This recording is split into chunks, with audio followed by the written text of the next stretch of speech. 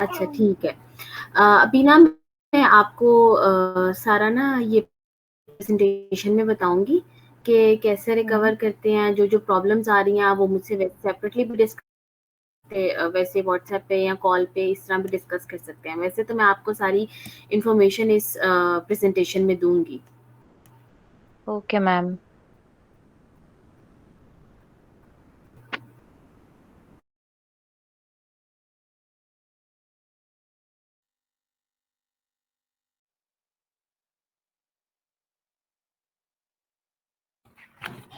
अस्सलाम वालेकुम एवरीवन। बिस्मिल्लाह करके वालेकुम स्टार्ट करते हैं। अस्सलाम। बिस्मिल्लाह करके स्टार्ट सारे लोग आ करते गए हैं। हैं? जी मैम, जिसने ज्वाइन करना हुआ बाकी कर लेंगे, तो साथ साथ देखते हैं कौन हाँ कौन जी, आता है। हम लोग स्टार्ट करते हैं। तो चलें वेलकम ठीक है। Everyone to today's webinar on importance of physiotherapy during pregnancy and postpartum period, and I am Majiha Iqbal from Empowerment Tech। आज की हमारी गेस्ट है हाइका आरिफ, जो कि एक फिजियोथेरेपिस्ट हैं। And ma'am, over to you. अस्सलाम वालेकुम एवरीवन। मेरा नाम हाइका आरिफ है और मैं कोई अराउंड 5 साल से ज़्यादा हो गया मैं अपनी फील्ड में प्रैक्टिस कर रही हूँ। मैंने ना ये टॉपिक इसलिए चूज़ किया था क्योंकि इस तरह के बहुत सारे जो हैं पेशेंट्स मैंने देखे हैं जिनको बहुत सारे प्रॉब्लम्स आते हैं ड्यूरिंग प्रेगनेंसी भी और आफ्टर सी सेक्शन। बहुत सारे मसले लेके फीमेल्स आती हैं। तो इससे रिलेटेड जिसको जो क्वेश्चन होगा वो मुझसे पूछ सकता है इसके एंड पे भी, और इसके दरमियान में भी अगर किसी को कोई मसला आ रहा है, कोई चीज़ समझ नहीं आ रही है, तो आप मुझसे पूछ सकते हैं। ठीक है, तो अब मैं आपसे ना स्क्रीन शेयर ये करती हुई है, बल्कि मैं इसको स्टार्ट करने लगी हूँ। हमारा टॉपिक है basically importance of physiotherapy. Physiotherapy क्योंकि एक बहुत इंपॉर्टेंट रोल प्ले करती है ड्यूरिंग प्रेगनेंसी और उसके बाद सी सेक्शन के बाद भी। जो मेजरली हम लोग प्रॉब्लम्स फेस कर रहे होते हैं ना ड्यूरिंग प्रेगनेंसी, उसमें सबसे कॉमन एक है बैक पेन। इतना कॉमन है ये, इसकी इतनी फीमेल्स आती हैं। इसके अलावा round ligament pain. Round ligament pain वो होती है जो ग्रोइन एरिया में होती है। जब आपका वेट गेन हो जाता है और आपका स्टमक भी, ऑब्वियसली जब आप प्रेग्नेंट होते हो तो स्टमक भी आपका साइज में बड़ा हो जाता है। इसके अलावा जो आपकी यूट्रस है वो इंक्रीज कर जाती है, तो उससे प्रेशर पड़ता है आपकी ग्रोइन एरिया पे, तो उसकी वहां पे पेन आती है। फिर एक बड़ा कॉमन प्रॉब्लम है शैटिका का, वो भी बहुत ज़्यादा प्रॉब्लम फेस करना पड़ता है फीमेल्स को। मसल क्रैम्प्स होते हैं, पेल्विक पेन होती है। पेल्विक पेन वो होती है जो हमारे हिप एरिया में लोअर बैक से थोड़ा सा नीचे करके आपको स्टार्ट होती है। इसके अलावा वीकनेस बहुत ज़्यादा हो जाती है, मसल स्ट्रेंथ जो है वो बहुत कम हो जाती है। ऑब्वियसली ये एक कंडीशन ऐसी है, वैसे तो बड़ा एक ब्यूटीफुल सा जर्नी है हमारा ये, लेकिन इसके साथ साथ बहुत सारे प्रॉब्लम्स भी आते हैं। पोस्चरल चेंजेस भी होती हैं क्योंकि ऑब्वियसली आपका वेट गेन हो गया होता है, और टेंशन हेडेक होता है जो आपके सर्वाइकल में पेन होती है। मेरी आवाज़ सबको क्लियर आ रही है? जी मैम, आ रही है। यस मैम, बिल्कुल क्लियर अच्छा आ रही है और बहुत अच्छा गाइड कर रही हैं आप। कंटिन्यू करें। जी। अच्छा, अब सबसे जो पहले मैंने आपको कहा है कि पेन जो है ना वो बहुत ज़्यादा कॉमन है। ये सब फीमेल्स जो हैं, मेजरली सब, कोई 90% फीमेल्स को तो ये होती है। फीटस क्योंकि बड़ा हो रहा होता है तो उसके साथ साथ ना जो है, अब फिजियोथेरेपी क्या करती है बेसिकली, उसमें उसका काम ये है ड्यूरिंग प्रेगनेंसी। एक तो सबसे इम्पोर्टेंट है कि पेन रिलीफ। ठीक है, फिर क्या करती है कि वो बॉडी पोस्चर, आपका बॉडी मैकेनिक्स आपकी जो है वो ठीक करती है। इसके अलावा मसल स्ट्रेंथनिंग करती है। मसल स्ट्रेंथनिंग में खास तौर पे हमारे जो कोर मसल्स हैं, लोअर बैक के जो कोर मसल्स होते हैं, जिसकी वीकनेस की वजह से आपकी जो बैक पेन है वो आती है, उसको स्ट्रेंथन करते हैं। पेल्विक फ्लोर मसल, ये एक बहुत ही मेजर प्रॉब्लम है कि जो यूरिन कंट्रोल होता है ना वो बहुत कम हो जाता है फीमेल्स का ड्यूरिंग प्रेगनेंसी भी और आफ्टर प्रेगनेंसी भी, जो केयर नहीं करती हैं फीमेल्स। पेल्विक फ्लोर मसल्स हमारे वीक हो जाते हैं, और फिजियोथेरेपी जो है वो ड्यूरिंग प्रेगनेंसी सबको स्ट्रेंथन करने में हेल्प करती है और आपकी जो बॉडी फ्लेक्सिबिलिटी होती है ना उसको इन्हांस करती है। सबसे पहले जो है मैं आपको बताऊंगी हम अपनी ये जो पेल्विक फ्लोर के जो मसल्स है ना इसको ट्रीट करने के लिए क्या क्या कर सकते हैं, क्या कि ये सारी वो सेफ एक्सरसाइज हैं जो हम ड्यूरिंग प्रेगनेंसी कर सकते हैं। सबसे इम्पॉर्टेंट है इसमें कीगल एक्सरसाइजेस। ये बहुत आसान, बहुत ही इजी टू डू एक्सरसाइज है, जो कि आप आराम से ड्यूरिंग प्रेगनेंसी विद अ बल्कि बेली आप कर सकते हो। इसमें क्या करना है आपने, आप इसको बेड पे लेट के भी कर सकते हो, आप इसको नीचे ज़मीन पे लेट के भी कर सकते हो। ये क्या करता है, आपके पेल्विक फ्लोर के जो मसल्स हैं, ब्लैडर कंट्रोल आपका इन्हांस करता है और लेबर को बहुत सपोर्ट करता है। लेबर आपको हेल्दी डिलीवरी में सपोर्ट करता है। करना क्या है, आपने इसको स्ट्रेट नीचे लेटना है और उसके बाद जैसे मैंने ये पिक्चर में दिखाया हुआ है कि आपने इसको जो है नीचे ज़मीन पे लेट के अपना बेली ऊपर की तरफ रेज करना है और जैसे हम यूरिन को कंट्रोल कर रहे होते हैं ना, उस तरह इसको होल्ड करके रखना है कुछ सेकंड्स के लिए। लाइक आप 10 सेकंड्स के लिए होल्ड कर लें, जितना स्टार्ट में आपसे होल्ड हो सकता है। 5 सेकंड्स हो गया, फिर 10 सेकंड्स पे ले जाएं और इसको ना आपने 10 to 15 टाइम्स रिपीट करना है एक टाइम ही। मतलब आप इसको दिन में जो है 2 टाइम्स भी परफॉर्म कर सकते हैं। ठीक है, समझ आई है?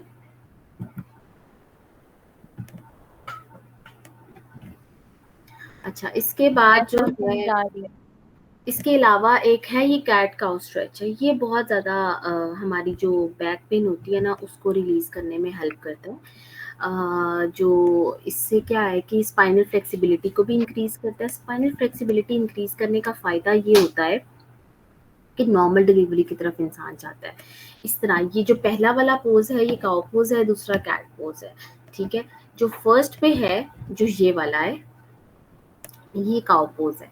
इससे क्या है कि आपने ये भी 10 to 15 टाइम्स आप रिपीट कर सकते हैं। कुछ भी नहीं करना, बस इस तरह की पोजीशन में लेट जाना है और इस तरह सिटिंग पोजीशन में आके अपना जो नेक है वो ऊपर की तरफ स्ट्रेच करना है और इसको 5 to 10 सेकेंड्स के लिए होल्ड करना है और उसके बाद आपने रिलैक्स कर लेना है और इसको आपने अपनी नेक को नीचे की तरफ फोल्ड करना है और इसी तरह ही 5 to 10 सेकेंड्स के लिए होल्ड करना है और उसके बाद रिलैक्स कर लेना है। ये जो है आप 10 to 15 टाइम्स रिपीट करेंगे दिन में 2 दफा। फिर इसके बाद एक और बड़ी अच्छी एक्सरसाइज है ये, और ये सारी बहुत इजी टू डू है। ये आप बहुत आसानी से ये घर पे कर सकते हैं। ये हमारे जो हिप मसल्स हैं, क्योंकि हमें ना लोअर बॉडी के सारे मसल्स जो है ना बहुत स्ट्रेंथन करने पड़ते हैं अपने ड्यूरिंग प्रेगनेंसी। हमारे ना पाकिस्तान में सबसे ज़्यादा रेशियो है आजकल सी सेक्शन की। ज़रा सा कोई प्रॉब्लम आता नहीं, डॉक्टर्स कहते हैं सी सेक्शन, ज़रा सा। और वो सारा मसला पता क्या है, हमारा सेडेंटरी लाइफस्टाइल है। हमारे ना पाकिस्तान में इतनी एक मिथ है कि आप प्रेग्नेंट हो गए तो जी आपने तो बेड से नहीं उठना, आपने बस रेस्ट करना है, बस रेस्ट करना है। हाँ, आपने वेट लिफ्टिंग नहीं करनी होती है, हैवी चीज़ें नहीं उठानी होती, लेकिन आपको जो है वो थोड़ा सा एक्टिव रहना होता है। तो ये जो मैं आपको एक्सरसाइजेस बता रही हूँ ना, ये आपके मसल्स को स्ट्रेंथन रखेंगी और आपको प्रिपेयर कर रही होती हैं ये सारी exercises for normal delivery. Excuse me ma'am, जी जी पूछें। I have an question ma'am. ये जो एक्सरसाइजेज आप बता रही हैं ये ड्यूरिंग प्रेगनेंसी में ही कर सकते हैं या आफ्टर प्रेगनेंसी भी हम मसल को स्ट्रेच आउट कर सकते हैं इस तरह से? हाँ, ये आफ्टर प्रेगनेंसी भी कर सकते हैं, वो भी मैं अभी आगे आपको बताऊंगी। ये ड्यूरिंग प्रेगनेंसी भी, ये सारी इतनी सेफ एक्सरसाइजेस हैं कि आप इसको ड्यूरिंग प्रेगनेंसी कर सकते हो, इससे कोई प्रॉब्लम नहीं होगा। मतलब जैसे होता है ना, फीमेल्स वो जो सासें होती हैं वो कहती हैं हाय हाय बच्चा ना इधर उधर हो जाए, बच्चे की वो जो है वो पोजीशन ना खराब हो जाए। इनसे ऐसा कुछ नहीं होता, ये बहुत सेफ एक्सरसाइजेस हैं जो आप ये, और माइल्ड, आप ये माइल्ड है, ये आप घर पे आराम से कर सकते हैं। अब इनके सारे बेनिफिट्स भी मैंने साथ साथ बताए हैं, वैसे ये आपको पीपीटी भी मिल जाएगी। इसमें ये है कि आपके हिप मसल्स को और थाई मसल्स को थोड़ा स्ट्रेंथन करता है, क्योंकि ऑब्वियसली जब आपने नॉर्मल डिलीवरी करनी है तो आपने यहीं से प्रेशर लगाना होता है।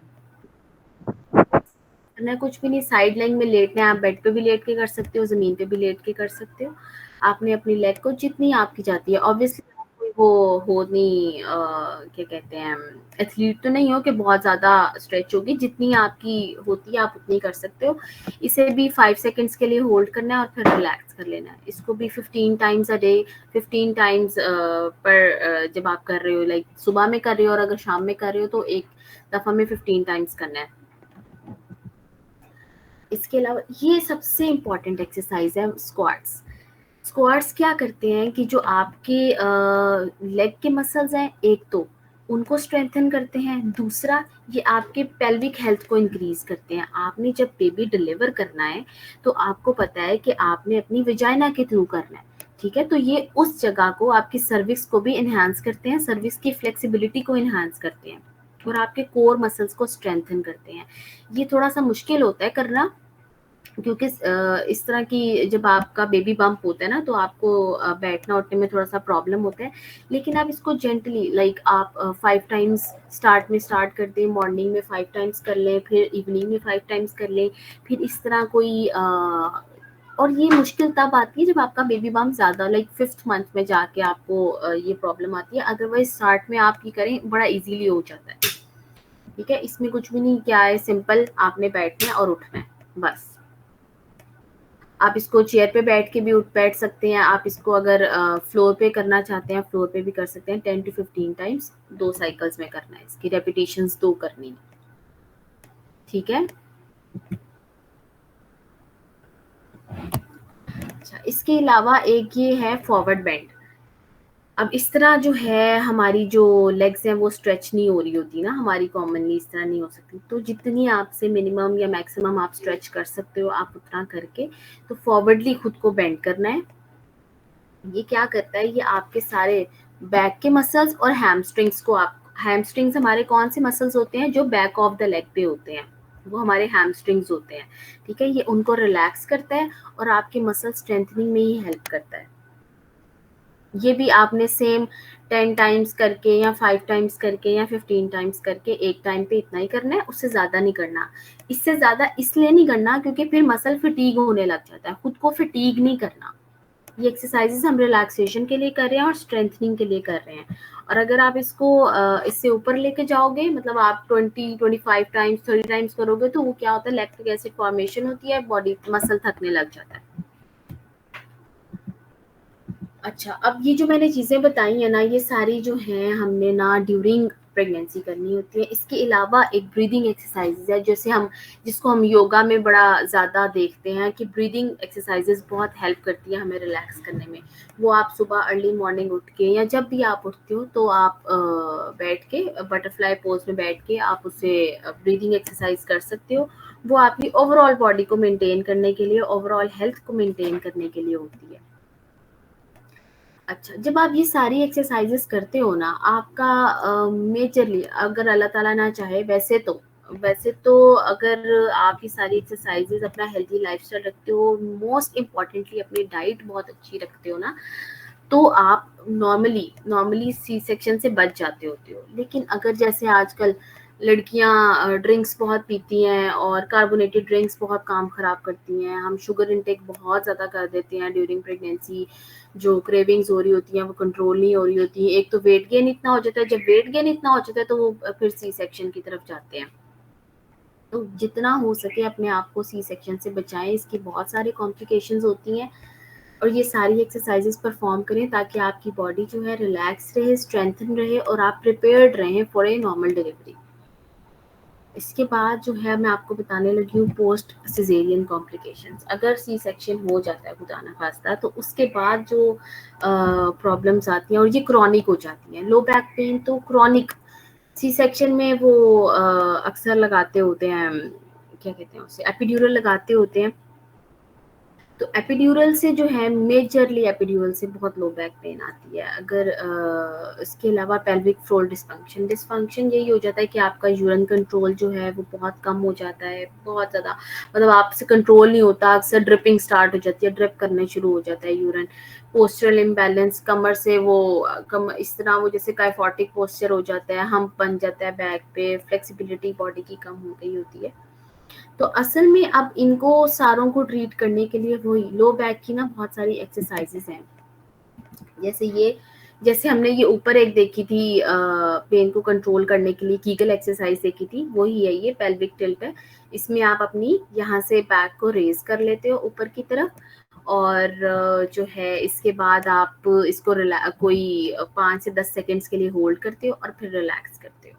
ठीक है, इसके अलावा भी बहुत सारी एक्सरसाइजेज होती हैं। आप कोशिश करें, अगर आपका सी सेक्शन हो गया है तो आप खुद ये एक्सरसाइजेज मत परफॉर्म करें, आप अपने लिए घर पे फिजियोथेरेपिस्ट हायर करें, या अगर आपके घर के पास कोई फिजियोथेरेपी सेंटर है आप वहाँ जाएं और वहाँ पे करें, क्योंकि स्टिचेस लगे होते हैं। फौरन से ये एक्सरसाइजेज स्टार्ट नहीं कर देनी होती, जब तक स्टिचेस हील नहीं होते उसके बाद ये एक्सरसाइजेज स्टार्ट करनी होती है। आप कोशिश ये करें कि फिजियोथेरेपिस्ट या तो घर पे बुलाएं या फिर उसके पास जाएं और उसे बताएं कि मेरा ये प्रॉब्लम है, मेरा सी सेक्शन हुआ है, मुझे ये प्रॉब्लम आने लगी है, मुझे एपिड्यूरल के बाद मेरे पास जो मेजरली पेशेंट्स आती थी ना, उनका यही बात होती थी कि हमें एपिड्यूरल लगा और उसके बाद जो है हमारी वो पेन स्टार्ट हो गई, हमें उसके बाद से हमें बैक पेन कभी खत्म नहीं हुई और इससे बड़ा प्रॉब्लम आता है, बहुत सिवियर क्रॉनिक बैक पेन रहती है। मैम हाँ जी, जी पूछें। अगर हम ना जा सकते हो, लाइक एक मिथ होता है या फैक्ट होता है, I don't know about that, कि 40 डेज आप बाहर नहीं जा सकते, लाइक दैट। अच्छा ये वैसे तो बस ऐसी अब बात जैसे है कि लेकिन मेरा आज चलो। 17 डे है, सॉरी 17 डे है आज मेरे सी सेक्शन को। तो हम्म अल्हम्दुलिल्लाह अल्हम्दुलिल्लाह मैं खुद उठ सकती हूँ, बैठ सकती हूँ।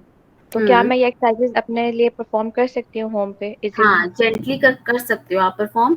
अगर आपके स्टिचेस में कोई इन्फेक्शन नहीं हुआ, अगर आपको ये है कि आपके स्टिचेस जो हैं वो हर्ट नहीं कर रहे हैं आपको ना, अगर कोई इसमें इन्फेक्शन नहीं है या उसकी कोई ड्रेसिंग चेंज नहीं बार-बार होती, तो फिर आप ये परफॉर्म कर सकते हो। नहीं, अल्हम्दुलिल्लाह मेरी ड्रेसिंग हुई नहीं थी, जो ऑपरेशन के बाद हुई थी वो हॉस्पिटल में रिमूव हो गई थी डिस्चार्ज से पहले। उसके बाद हुँ, मैंने कोई स्टिचेस नहीं लगाई, जस्ट उसको स्पिरिट से साफ करती थी और हुँ, आफ्टर 7 डेज वो रिमूव हो गए थे, so now I am okay. हाँ, तो ठीक है, आप ये परफॉर्म कर सकते हो। अगर आपको बैक पेन आ रही है, वैसे होता है, आपको लगा था एपिड्यूरल? जी, जी, मुझे लगा था और जस्ट अब मुझे पता नहीं एपिड्यूरल था, एनेस्थीसिया था, लेकिन ये था हुँ। कि मैं मुकम्मल होश में थी, जस्ट मेरा नीचे वाला जो पार्ट था वो हाँ, बस सुन्न वो था। फिर एपिड्यूरल ही था वो, क्योंकि अगर तो जनरल एनेस्थीसिया दिया होता है तो फिर तो आपको पता ही नहीं चलना था ना, क्योंकि लोअर पार्ट वो आजकल यही चलता है, आजकल एपिड्यूरल ही लगाते हैं और ये बहुत ज़्यादा फिर प्रॉब्लम करता है बाद में। अभी फ़ौरन से तो समटाइम्स नहीं पता चलता, बाद में ना प्रॉब्लम आती है, बाद में बैक पेन बहुत होता है, लो बैक पेन। ख़ास तौर पे आप सारा दिन अगर कुछ भी कर रहे हो, बैठ रहे हो, जब आप रात को लेटोगे ना, फिर आपकी कमर में इतनी दर्द होती है, तो उससे बेहतर है आप उससे पहले-पहले आप हुँ। ये एक्सरसाइजेस स्टार्ट कर दो। अब ये बहुत जेंटल है, आप इसको आराम से रिलैक्स होके जी, कर जी, सकते मैंने हो, लेटे एब्डोमिनल लेटे। बेल्ट लिया हुआ है और उस एब्डोमिनल बेल्ट के सहारे ही मैं खुद से सर्वाइव कर रही हूँ लाइक नाउअडेज़, क्योंकि हम्म, वाक़ई ही बैक पेन इतना स्टफ़ होता है कि वो आपकी बॉडी को मूव ही नहीं करने देता। बिल्कुल तो ऐसे ही है। आपने बहुत अच्छी एक्सरसाइज़ बताई है मुझे, थैंक यू सो मच। ये माय प्लेजर। आप इसके अलावा बहुत सारी एक्सरसाइजेज हैं, आप मुझसे वैसे ही व्हाट्सएप पे मुझसे मैसेज करके आप पूछ सकते हो, कोई श्योर प्रॉब्लम आए आप मैम। मुझसे पूछ सकते हो। इसके अलावा आप जो है ये एक नी टू चेस्ट एक्सरसाइज है, इसे माइल्ड रख के करना है, लाइक आप इसको बहुत हार्शली नहीं करोगे। इससे भी क्या हुँ, होता है, आपके ये जो लोअर मसल्स है ना, ये आपके बैक हैम्स जो मसल है, जी, ये जो जी। है ये रिलैक्स होते हैं और आपकी बैक जो लोअर बैक है ना, वो पेन कम करती है आपकी, मतलब फिर आपको इतनी पेन ऑलराइट, नहीं होती है। यस ये 2 मैम। बड़ी बेसिक से एक्सरसाइजेस हैं। इसके अलावा एसएलआर होती है, वो टाँग उठाने वाली, स्ट्रेट टाँग जो आप ऊपर उठा लेते होते हो, वो भी होती है। सही। ठीक है? आप ये जेंटल एक्सरसाइजेस कर सकते हो घर पे, ठीक है? ओके, इसके थैंक यू बाद जो मैम। है माय प्लेज़र हुँ, ये सारी वो जो है हमारे पास एक्सरसाइजेस हैं, जो कि आप परफ़ॉर्म कर सकते हो। इसके अलावा इनकी अगर डिटेल्स आपको चाहिए हैं या कोई भी आपने मुझसे कुछ भी पूछना है, आप मुझसे व्हाट्सएप पे कॉन्टैक्ट कर सकते हो। आप ये जो हैं भैया हैं, इनसे कॉन्टैक्ट ले सकते हो मेरा, और आप मुझसे आप फ्रीली आप मुझसे इसको कॉन्टैक्ट कर सकते हो, कोई ओके, ऐसा ओके, इट्स सो ठीक नाइस है? Of you ma'am, thank you so much, I will my contact you. Pleasure. हाँ, अच्छा मैम, अब ये भी बता दें कि 1 लेग रेज और 2 लेग रेज। आप बारी-बारी दोनों टाँगों को करें। अच्छा अच्छा, ठीक है, 10 thank you. Times, like 10 times एक टाँग को उठाना है और उसके बाद 10 टाइम्स दूसरी, और ये ट्वाइस अ डे करनी है। ठीक, जी जी, जी, ठीक जी। है, थैंक यू सो। और किसी का कोई क्वेश्चन है तो वो मुझसे पूछ सकता है। इसके अलावा कोई और प्रॉब्लम हो, कोई अपना मसला डिस्कस करना है, तो आप मुझसे व्हाट्सएप पे भी पूछ सकते हैं, ठीक है? जी ओके। ओके ठीक है मैम। पूछ सकता है।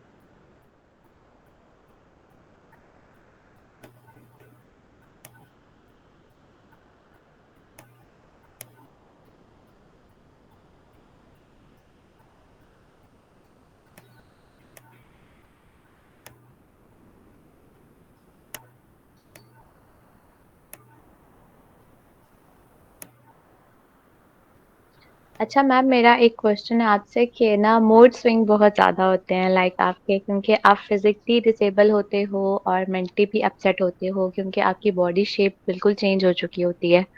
और आफ्टर डिलीवरी जब एकदम से आप बेबी को डिलीवर कर लेते हो तो आपको अपने नॉर्मल फिजिक्स में आने में काफ़ी टाइम लगता है। हाँ, तो बिल्कुल ऐसे होता इस है। दौरान में ना पैनिक अटैक भी आ सकते हैं आपको, लाइक अगर आपकी कोई सिचुएशन कंडीशन नहीं समझ रहा, आपको कोई हेल्प करने वाला नहीं है, तो how we can control our emotions?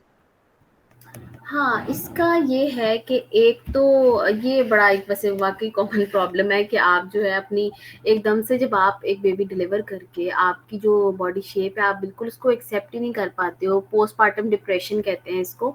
इससे भी डील करना पड़ता है आपको डिफरेंट मतलब आप अगर आपकी कोई फ्रेंड्स नहीं है या आपकी अगर फ्रेंड्स हैं तो आप उनसे मिलें या इसके अलावा उनको किसी को घर बुलाएँ। इसके अलावा जो काउंसलिंग है ना, आप किसी से डिस्कस करो। ये नहीं है कि अपने अंदर रख के आप किसी से चीज़ें डिस्कस करो। इसके अलावा अच्छा खाओ-पियो, हेल्थी मेडिटेशन करो आप अपनी आप मैंने आपको बताया डीप ब्रीथिंग एक्सरसाइज़ेज़ हैं जो आपको बहुत ज़्यादा रिलैक्स रखती हैं। वो स्टार्ट करो। अगर आप जो है उठ बैठ सकते हो, अगर आप नॉर्मल हो, इतना फिज़िकली एक्टिव हो कि आप प्रॉपर्ली उठ बैठ सकते हो, आप फिर सकते हो, चल सकते हो, तो वॉक करना स्टार्ट करो, माइल्ड वॉक करना। मतलब आप 10 मिनट्स 15 मिनट्स वॉक टू कर बी लीजिए। वेरी ऑनेस्ट मैम, मेरा आई गेस थर्ड डे था और जब मेरी पहली वॉक थी तो मैंने उसके बारे में बहुत कुछ सुन रखा था कि इट्स वेरी डिफिकल्ट, बट अल्हम्दुलिल्लाह अल्हम्दुलिल्लाह मैंने जो अपना पहला कदम उठाया था, लाइक वो आप समझ लें ऐसा ही होता है जैसे कि शायद आप पहली दफ़ा चलने वाले हो। तो मैं खुद वॉक करके गई थी वॉशरूम तक और वो मेरा फर्स्ट वॉशरूम था। तो थोड़ा रोना भी आ रहा था, पेन भी हो रहा था, बट कंट्रोल करना था क्योंकि मेरे साथ सिर्फ मेरी मदर थी और उन्होंने मेरा बेबी संभाला हुआ था। So I can handle my own self. So अल्हम्दुलिल्लाह आज का दिन मैं देखूँ तो वो पहले दिन से बहुत बेहतर था। हुँ, लाइक अब मैं खुद अपना खाना बना रही होती हूँ, खा रही होती हूँ। मुझे जो पसंद है मैं आहिस्ता-आहिस्ता अपना टेस्ट डेवलप कर रही हूँ क्योंकि यखनिया वगैरह सूप वगैरह पी-पी के ना टेस्ट बिल्कुल भी नहीं रहा अब वो वाला। तो मैं चाहती हूँ कि मुझ में एनर्जी आए क्योंकि बेबी को भी फीड कराना होता है। एक वो मतलब मैं बिल्कुल। न्यू-न्यू मॉम बनी हूँ ना, तो हर दिन मैं कुछ ना कुछ सीख रही होती हूँ। तो हुँ, मेरी ये बेस्ट फ्रेंड है वजीहा और इसने मुझे बहुत अच्छा गाइड किया। मतलब मैं बाहर नहीं जा सकती थी, मैं किसी से डिस्कस नहीं कर सकती थी। कुछ ऐसी प्रॉब्लम्स होती हैं जो आप अपनी फ्रेंड से भी डिस्कस नहीं कर सकते क्योंकि वो हुँ, मैरिड नहीं हुँ, होती, तो वो हुँ, अंडरस्टैंड नहीं कर पा रही होती हैं। लेकिन एज़ अ डॉक्टर या एज़ अ हुँ। फिजियोथेरेपिस्ट आप जो बात समझ रही हैं, जो मैं आपको बता रही हूँ, वो आप तक पहुँच रही है। जी, बिल्कुल। हाँ, तो मैं उसकी भी शुक्रगुज़ार हूँ, मैं आपकी भी शुक्रगुज़ार हूँ क्योंकि मुझे अभी हाँ जी, एट आइए, दिस कोई टाइम ना मसला मुझे नहीं। किसी ऐसी फीमेल की ज़रूरत है जो मुझे डिस्कस मैं उससे कर सकूँ अपने प्रॉब्लम्स हुँ, और वो मुझे सॉल्यूशन बता सके। आप जब दिल करे आपका आप मुझसे डिस्कस कर सकती हैं, कोई ऐसा मसला नहीं है, मैं ऑलवेज़ देयर और कोई भी आपको मस्कुलर प्रॉब्लम हो या कोई भी आपको चीज़ समझ नहीं आ रही है, तो वो आप मुझसे डिस्कस कर लें, मैं आपको बता चलिए दूँगी। सही है, अभी और भी यहाँ पे ऐड होंगी और मुझे नहीं पता उनमें से कौन मैरिड है, कौन अनमैरिड है तो वो बोर ना हो रही हूँ, तो मैं इंशाल्लाह आपसे व्हाट्सएप पे कॉन्टैक्ट करूँगी। हाँ पर जी, जैसे ज़रूर। मैं कह देती हूँ, वो आपका नंबर दे देगी, तो इंशाल्लाह ठीक फिर मैं आपसे बाकी बातें बाद में डिस्कस कर लूँगी। ठीक है। और किसी का क्वेश्चन है कोई? मैम एक क्वेश्चन है, किसी ने मुझसे हाँ पूछा है जी। कि जब फर्स्ट टाइम मतलब प्रेग्नेंट होते हैं तो उसमें हुँ। डाइट्स कौन-कौन सी यूज़ करनी चाहिए? अच्छा, हाँ, ये भी बहुत अच्छा है। आप लोगों ने एक तो पहली बात कि जंक फूड को अवॉइड करना है। जंक फूड वैसे ही हेल्दी नहीं है, वो अवॉइड करना होता है।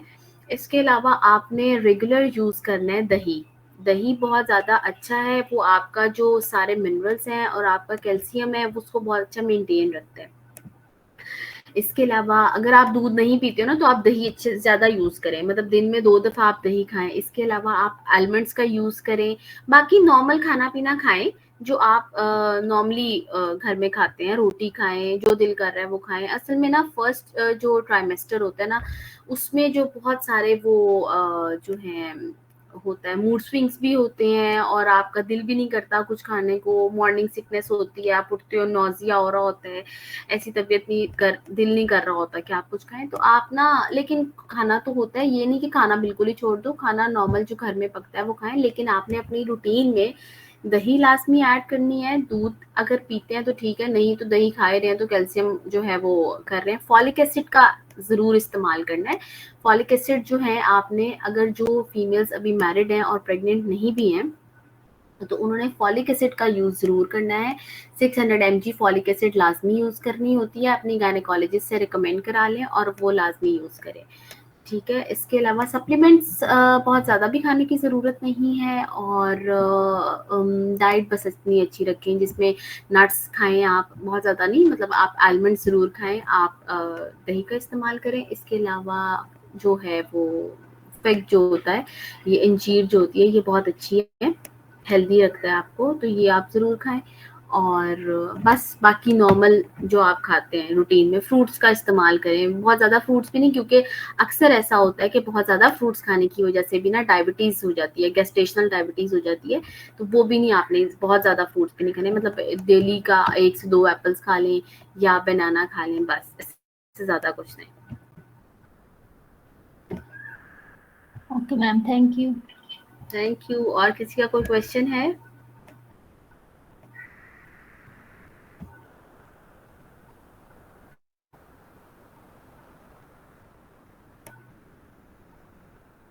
नहीं मैम, आपने बहुत अच्छा ब्रीफ किया है, कोई क्वेश्चन नहीं रहा।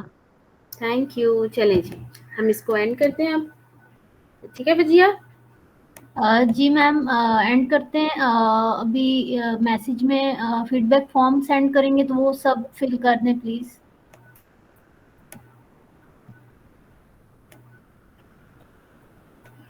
चले सही है वजिया, आप सेंड कर दें तो हम फीडबैक दे देंगे जिस तरह से जिसकी ओपिनियन हुई। जी, मैं चलें कर जी, दूँ, wait thank you so much. You यहाँ पे वेलकम मैम, चैट अल्लाह में हाफ़िज़। अल्लाह मैंने हाफिज। कर दिया, इधर ही चैट में मैंने सेंड कर दिए, प्लीज आप सब देख लें चलें फीडबैक ठीक है, फॉर्म। हम देख लेते हैं वजिया। Thank you ma'am, thank you अल्लाह वेरी हाफिज। मच। अल्लाह हाफिज मैम।